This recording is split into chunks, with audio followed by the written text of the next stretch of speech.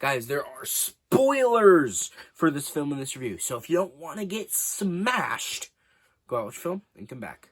You've been warned. Hey guys, welcome back to another week of Ticket Tuesday. I'm your host, Ron HD. So yeah, this is going to be a great time.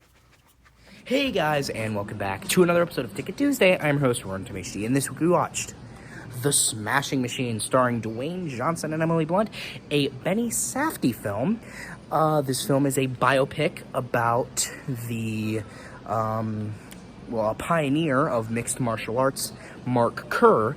And I will say, I think the highlight, obviously, was Dwayne Johnson's performance. It was quite solid. It was very good. And I think, honestly, this was just a very enjoyable movie.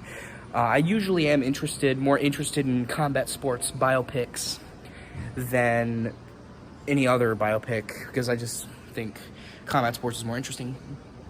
But before I go on a whole tangent, why I like this film, I'll tell you why I like this film and more back at the house. He has come back from the brink. Let's see if he can pull out a victory over Mark Coleman. Have you spoken to either about fighting such a good friend for a life-changing amount of money? I just need you to let me in. Always about you. Only about fighting you.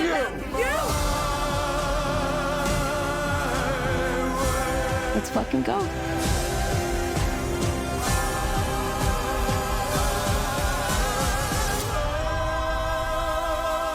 Big strong man, I love you. Hey guys, and welcome back to another episode of Ticket Tuesday. I'm your host, Ronan Time HD, and this week we watched The Smashing Machine, a new, biopic drama film starring Dwayne Johnson as Mark Kerr, Emily Blunt. Then there was Ryan Bader? I'm sorry, I definitely didn't say that correctly. Bas Rutten? Sorry, I didn't pronounce that right either. And Alexander Yusik, which the three names that I just mentioned are all former or current, fighters in some capacity, which is pretty good because they are pretty pivotal characters as well. Less Alexander Yusik. He's important, kind of, but he's more of just like a rival in the sense. He's not really in the movie for that long. But this film, if you couldn't guess already, is based on the career of pioneer and legendary MMA fighter Mark Kerr, and obviously it stars Dwayne Johnson as Mark Kerr, and I believe to be currently his best role, because I just enjoyed seeing The Rock actually do something else, I just kind of wish he would do more movies like this, because I think it's better for him to, show off his acting chops a little bit, and, instead of just being in, goofy stuff all the time, or being in stuff where he doesn't, I just like serious roles, I guess is what I'm trying to say. I like these kinds of dramas and serious roles. And I think overall I really liked this film, and I think mainly it's because I wouldn't call myself necessarily a huge MMA fan, but I would call myself somebody that's interested in its history. It's very interesting. I think a lot of combat sports has very interesting history, especially with the amount of things that have happened in the last 100 years related to combat sports, boxing, MMA, whatever you want to call it. Or whatever kind of combat sports it is, I feel like there's always going to be an interesting thing about it, and I think this is no different. Obviously, it didn't focus on the whole life of Mark Kerr, kind of focused on a specific time frame in his life, in his career, kind of all the ups and downs, and kind of focused on the effect that combat sports has on the fighters. Right? Because obviously, if you sit at home watching on the TV, you're just like, oh, that was a great fight, what a great knockout, this and that. You'll gush about the fight, but you'll never really think about how that affects the fighter, whether it's the winner or the loser, right? Obviously, it takes a toll on you. Fighting takes a lot out of someone. Especially since even if they don't lose, hell, even if it's an undefeated fighter, unless they just, don't get touched ever, then they're probably going to wear out over the years. They're probably going to be feeling a lot of pain. and they're probably not going to enjoy waking up a lot. It's just going to be really painful for any combat sport, really. And this film kind of touches on that. It kind of touches on the things that some biopics wouldn't. It speaks on his addiction problems. It speaks on his really messy relationship with his girlfriend and then wife, then ex-wife at the time.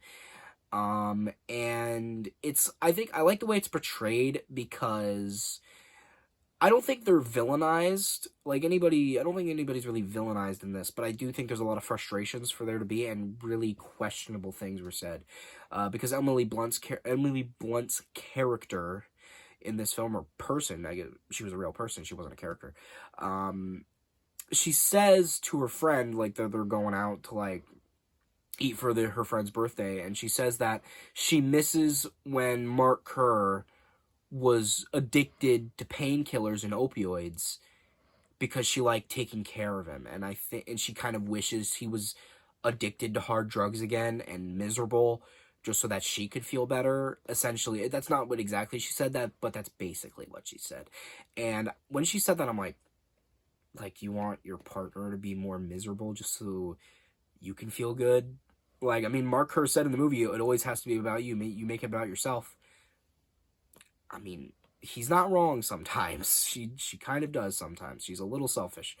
Again, I'm not saying that she was evil or terrible, but I do think she said some questionable things, that being one of them. But as I said, it's a very messy relationship, and I think it is very realistically messy, right? They fucking got back together and had a son, right? But then it said they were married for 6 years in the ending, so assumably they didn't stay together forever, which I think made sense, because they didn't seem very happy in this film. Then again, I don't know them, so maybe they were. I'm not one to judge. But I also did like the portrayal of the fights in this. I did like how it felt more visceral, I guess. It didn't really have that dramatic, movie vibe to the fights. The fights just kind of felt quicker, right? They felt more fast-paced, I guess is a good way to put it. There wasn't a lot of, dramatic, there was his coach yelling at him from ringside, but it wasn't, any Rocky shit, right? He didn't have a big comeback. He didn't even win, and at the end of the movie, he lost before he even got to the final round of the finals, right? And I think I liked that. And I think, obviously, since it happened in real life, he didn't make it to the finals. Obviously, they couldn't change history, right? In a biopic, that wouldn't make any sense. But I do like how they still did that, and it didn't even really seem like... obviously, he lost, and that sucks, but I think I just liked how, fighters lose. A lot of them do. It's rare for a fighter to go undefeated, unless they're, godlike, and they just are, top tier, super good fighter who's, untouchable. Most fighters are gonna lose a couple times, right? It's natural.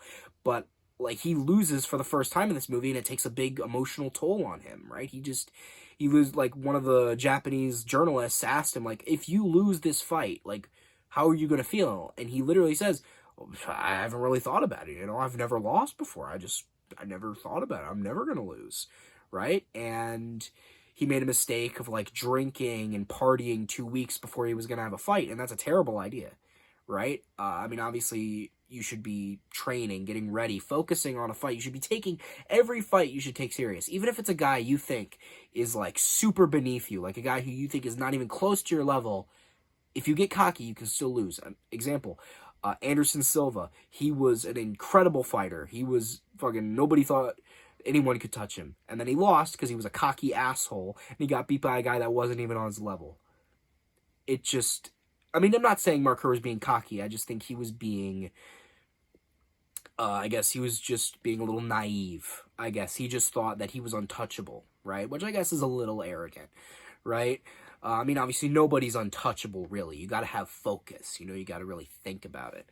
And I just think that I enjoyed the parts where it wasn't always about the fight. It was kind of about, I guess, the effects of a fight. The effects that this sport has on its combatants, I guess a good way to put it. And overall, I just really enjoyed the, I guess, life aspects, the mundanity, I appreciated. You know, I'm glad that. I mean, I liked the fights, as I said before. I did enjoy them, but I also liked the more somber moments, and of course the louder moments, the messier moments. All of it was very enjoyable in a different sense. Like, it wasn't like happy times, because it was a pretty bittersweet story. You know, but I mean, to MMA fans, he's still a legend, a pioneer of the sport, and I still think in general he gets a good amount of respect. I mean, they made a movie about him, and they had fucking Dwayne Johnson playing him, right? So I think that's pretty cool, right? If Dwayne Johnson got to play me in a movie, even though that wouldn't be accurate at all, it'd still be cool, right? I mean, I wouldn't say no. Either way.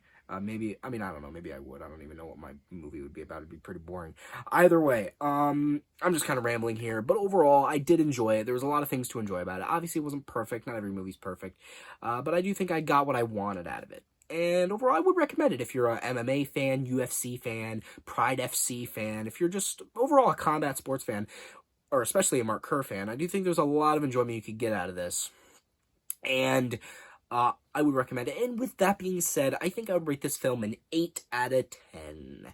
And, yeah, I think I have something to say. I think I have some peace. So, guys, hope you like this video. Share it with friends. Subscribe. Turn those notifications on. Comment down below if you liked it. But you guys know how it goes. I didn't really say that. What I really meant to say. So, if you guys hated this video, unsubscribe, dislike, hate me in the comments. And I'm Aaron HD, off to win the tournament. See, I can't toss it anymore. The hat's degrading, guys. I can't throw it super hard anymore. And you know, I think this is the first Dwayne Johnson movie I've seen maybe ever where he's not playing Dwayne Johnson. He's playing Mark Kerr, right? And he acts different. He has like a different inflection in his voice. He's not, like, he is smiling, but not all the time. It's usually when he's like being friendly with other people, and obviously you're not gonna have a look stone-faced, you know. But I just think I think I enjoyed the aspect of The Rock actually attempting to act, right? And I think he did a decent job. And I think that's all we can ask him. Just play a character or play something other than yourself, man. Because sometimes it gets a little repetitive. That's all I'm saying. No disrespect intended.